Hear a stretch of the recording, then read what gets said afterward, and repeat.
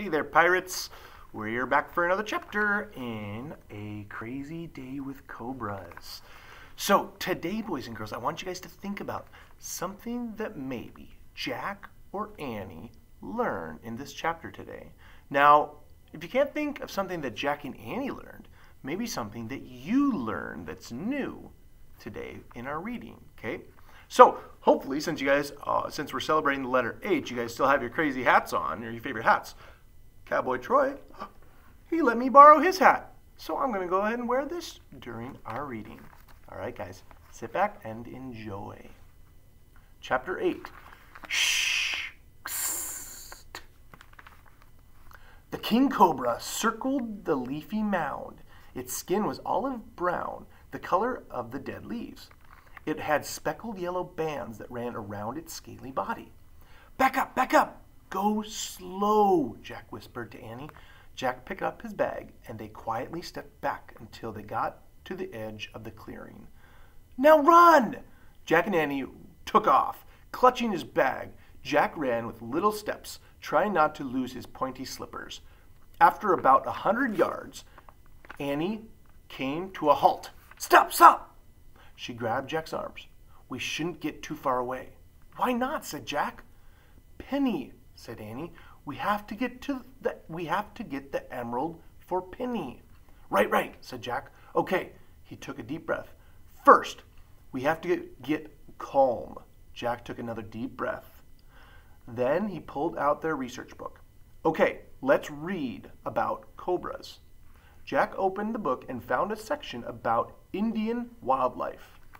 And it said, the king cobra is one of the only snakes known to make a nest for its eggs. The nest is made of a mound of dead leaves. The cobra's scaly skin is almost the same color as the leaves, which is a good example of natural camouflage. Wow, that's kind of cool. So that mound of leaves was its nest, said Jack, and the cobra was probably a mother snake just guarding her eggs. How does that information help us? Said Annie. It doesn't, said Jack, so he went on. King cobras cannot hear, but they have excellent vision and can feel vibrations. They will attack anything they see that gets too close to their nests. Well, that's not good news, said Annie.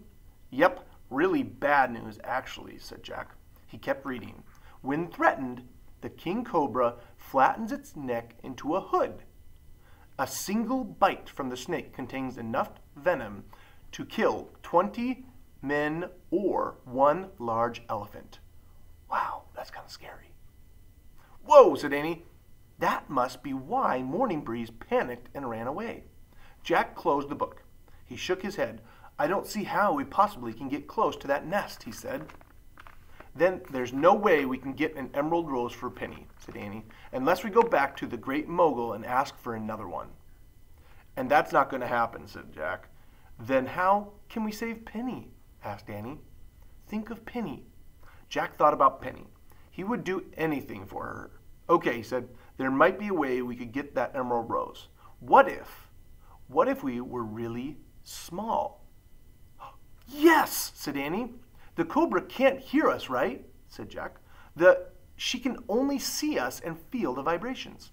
So if we make ourselves small, maybe we can sneak back and get the emerald without being seen. Yes, said Annie. Jack reached into his bag and pulled out the blue bottle of potion. He and Annie both stared at it. So how many sips should we take? Jack asked. 1 for 10 minutes? Jack shook her head. I don't think so. Or Annie shook her head. 2 for 20? Okay. Jack took a deep breath.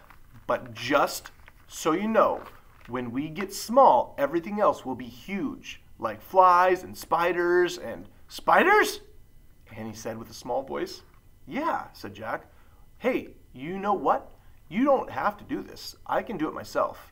It only takes one person to get the emerald. No, I'll go.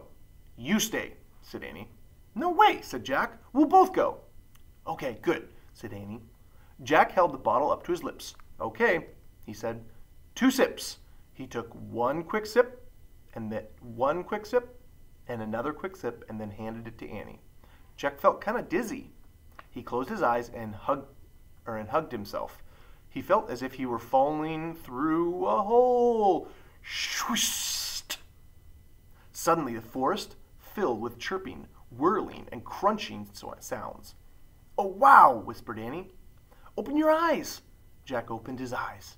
He and Annie were both small, very small. Their clothes and shoes and Jack's bag were also small. "Oh man, we got really small," said Jack. He looked around at the grass and the weeds and the mushrooms, and they were all taller than he was.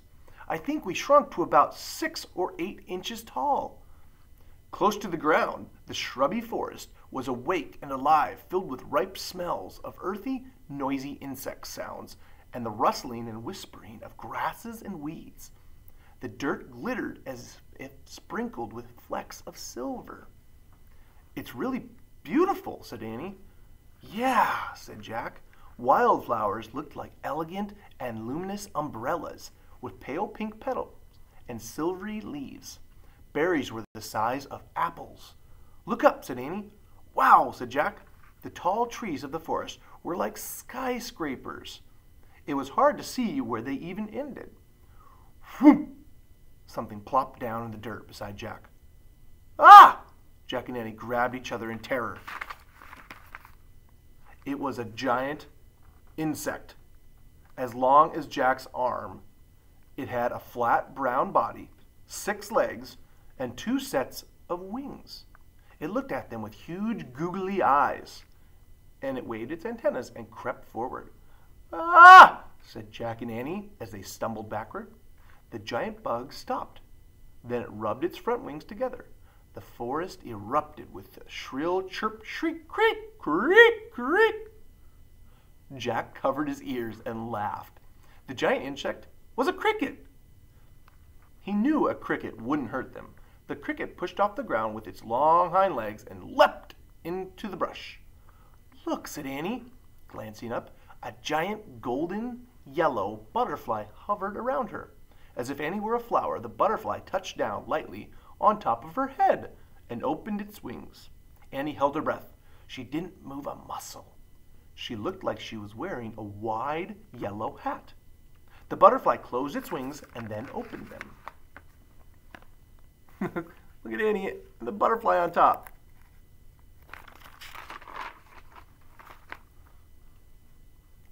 And with a whispery sound fluttered deeper into the forest.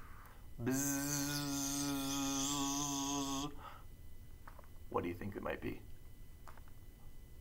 A gigantic bee circled above Jack.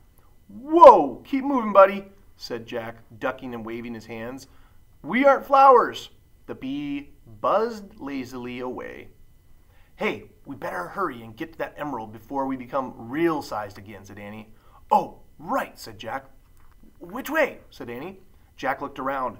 It was hard to tell where they were. I remember the emerald was shiny in the sunlight. "It looks sunny over there," said Annie. She pointed to the clearing.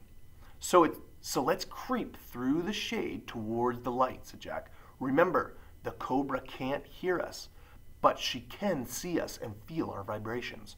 So we have to stay hidden and step lightly."